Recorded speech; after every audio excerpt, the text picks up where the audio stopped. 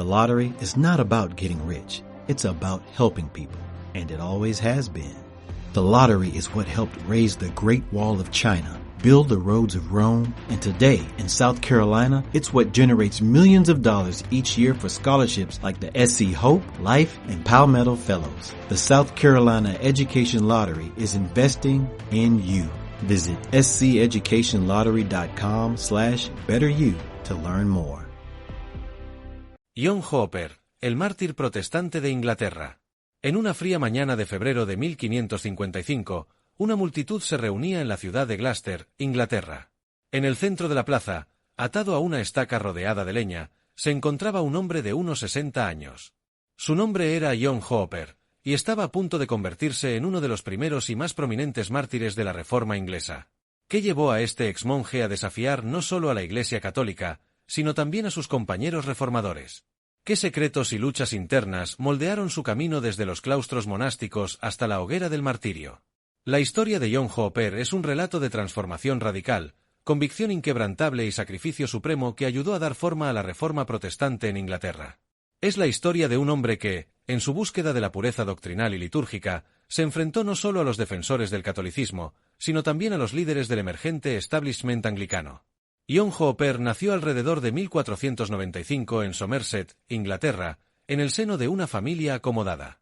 Su padre, también llamado John Hooper, era un hombre próspero que pudo proporcionar a su hijo una excelente educación. El joven John mostró desde temprano una aguda inteligencia y una inclinación hacia los estudios religiosos. A la edad de 18 años, Hooper ingresó en la Universidad de Oxford, donde se sumergió en el estudio de las artes liberales y la teología. Fue durante sus años en Oxford cuando Hooper entró en contacto con las ideas humanistas que estaban barriendo Europa. La lectura de los clásicos y el énfasis en volver a las fuentes originales sembrarían las semillas de su futura conversión al protestantismo. Tras completar sus estudios en Oxford, Hooper ingresó en la orden cisterciense, convirtiéndose en monje en la abadía de Gloucester. Sin embargo, su inquietud intelectual y espiritual no encontró satisfacción en la vida monástica. Las dudas sobre las doctrinas y prácticas de la Iglesia católica comenzaron a atormentarlo. El punto de inflexión en la vida de Hooper llegó en la década de 1530, cuando las ideas de la Reforma comenzaron a infiltrarse en Inglaterra. La lectura de las obras de reformadores como Martín Lutero y Ulrich Zwingli provocó una profunda crisis espiritual en Hooper. Finalmente, alrededor de 1539, abandonó la vida monástica y abrazó las doctrinas protestantes. La conversión de Hooper al protestantismo lo puso en peligro inmediato. El rey Enrique VIII, a pesar de su ruptura con Roma, seguía siendo hostil a las doctrinas reformadas. Hooper se vio obligado a huir de Inglaterra, encontrando refugio primero en Francia y luego en Suiza. Fue durante su exilio cuando Hooper desarrolló sus convicciones protestantes más radicales. En Zúrich, entró en contacto con Heinrich Bullinge y otros líderes de la Reforma suiza. La teología reformada de Zwingli y Bullinge, con su énfasis en la simplicidad del culto y la supremacía de las Escrituras, tuvo una profunda influencia en Hooper. En 1547, tras la muerte de Enrique VIII y la ascensión al trono del joven Eduardo V, Hooper regresó a Inglaterra. El nuevo régimen, bajo la dirección del Lord Protector Edward Seymour, estaba ansioso por avanzar en la causa de la Reforma. Hooper pronto se convirtió en una figura prominente en la Iglesia inglesa, conocido por sus apasionados sermones y su defensa de una reforma más radical. En 1550, Hooper fue nombrado obispo de Gloucester, pero su consagración se retrasó debido a una controversia que revelaría la profundidad de sus convicciones. Hooper se negó a usar las vestimentas episcopales tradicionales, argumentando que eran un vestigio del papismo y no tenían base en las Escrituras. Esta controversia de las vestimentas lo enfrentó no solo a los conservadores católicos, sino también a reformadores más moderados como Thomas Cranmer.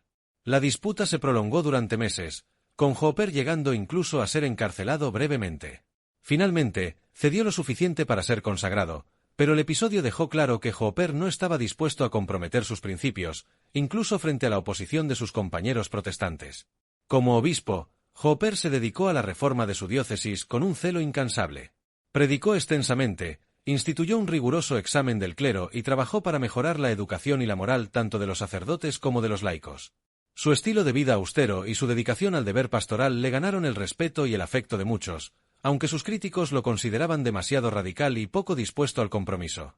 El reinado de Eduardo V fue breve, y con la ascensión al trono de María y en 1553, la situación de los protestantes en Inglaterra cambió dramáticamente.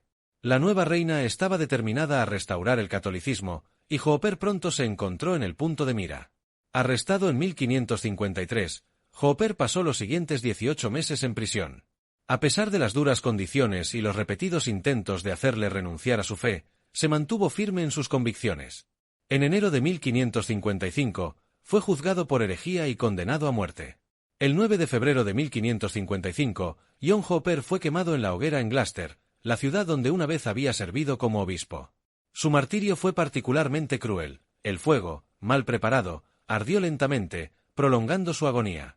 Sin embargo, Hooper enfrentó su muerte con una valentía que impresionó incluso a sus enemigos. Sus últimas palabras fueron una oración: «Señor Jesús, ten misericordia de mí. Señor Jesús, recibe mi espíritu». El legado de John Hooper es complejo y multifacético. Como uno de los primeros y más prominentes mártires de la Reforma inglesa, su muerte tuvo un profundo impacto en la conciencia protestante. Su valentía frente al martirio lo convirtió en un símbolo de la resistencia protestante a la persecución católica. Teológicamente, Hooper fue uno de los defensores más consistentes de una reforma radical en la Iglesia de Inglaterra.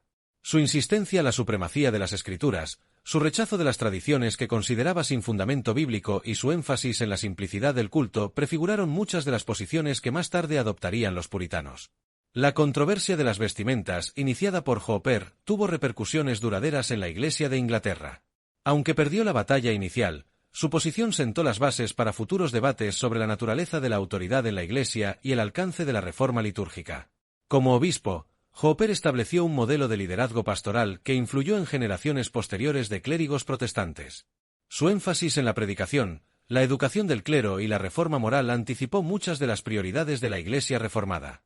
Los escritos de Hooper, aunque menos extensos que los de algunos de sus contemporáneos, tuvieron una influencia significativa.